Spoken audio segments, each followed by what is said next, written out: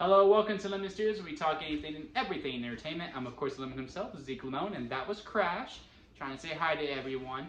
And this is my review for Creed 3, a boxing movie.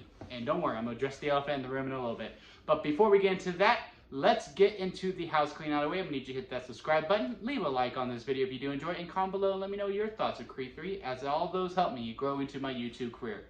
Now for the elephant in the room. Why in the hell, for a boxing movie, do I have a WWE title on my shoulder? Is it just because I want to be a champion?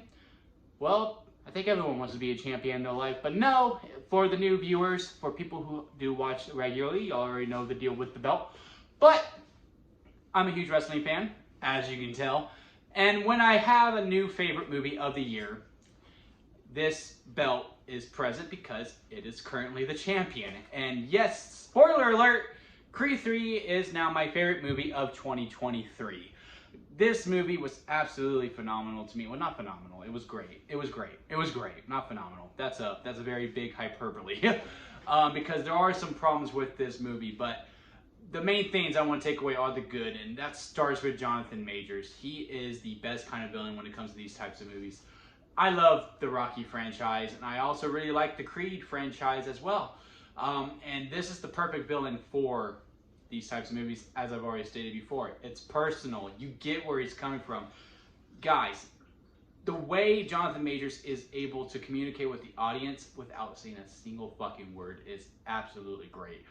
You could just tell where he's coming from. So if you don't know the story of Creed 3, that they make blatantly clear in the trailers, is that Jonathan Majors' characters, Dame Anderson and Adonis Creed, played by Michael B. Jordan, grew up together, and Dame went to prison, and Adonis did not, for some crimes they committed.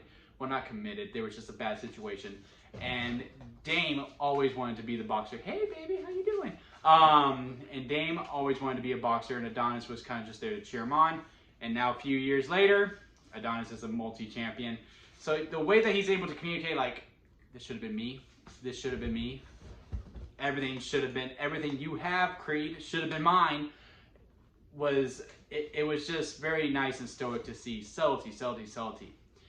And same goes with Michael B. Jordan as Adonis, feeling the guilt that he feels for Dame for having this life that he has.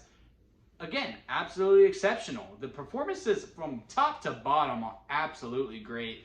Tessa Thompson, amazing. I mean, when is she not? The daughter, I don't remember. Amara. I think that's how you communicate, because she's deaf. If I remember correctly, that's how you say her name and sign. Also fantastic. Everyone is absolutely fantastic in this movie. But the main elephant in the room for all the cinephiles here is, how is Michael B. Jordan as a director? To me personally, he does great. Now, I will say it's very what's the word that I said in my immediate reaction on TikTok? It is very, it's not telegraphed. It's very telegraphed. The first half is much weaker than the second half. The second half really picks up when the feud between Dame and Adonis becomes abundantly clear, and that we are building to that fight. The movie picks up like double time, and it's just a race to the end in the greatest way possible, because you can't take your eyes off of it at that point. But the first half is all set up, and it's just like, okay, pay attention to this, because this is clearly coming back later, and some of the things that are being shown in the movie, they have to do, because movie and storytelling, and like, all right, we have to get this beat, and it's just very, very telegraphed that you just know all these things are coming back, and it's not very subtle in the ways that they go about it, and that is part of Michael B. Jordan's first time directing. But honestly, that's the biggest criticism that I have with this. If me telling you your telegraphed is the biggest criticism I have, that just means you know how to tell a story. You just need to work on making it more effortlessly.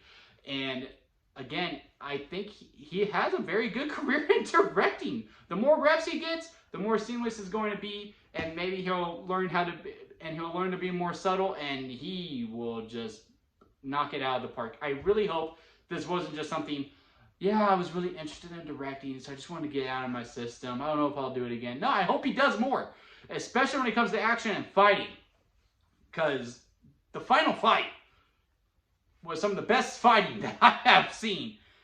probably since the first Creed, when they have when they have the round and it's a one shot.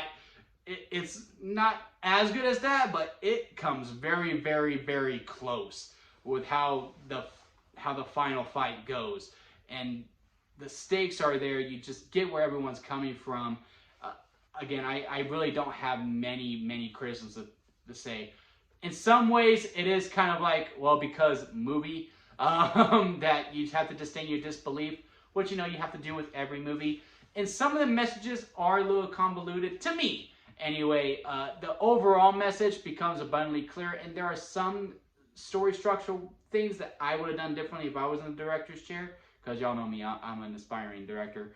But the movie that we got is great, and again, it's my favorite movie of the year so far. So yeah, let me know what y'all thought of Creed 3 down in the comment section below. Let me know what y'all's thoughts. I cannot talk at the end, so I'm gonna go ahead and wrap this up. Let me know what y'all's thoughts are on Creed 3. I botched it again. And until next time, I'll see you here at Lemon Studios.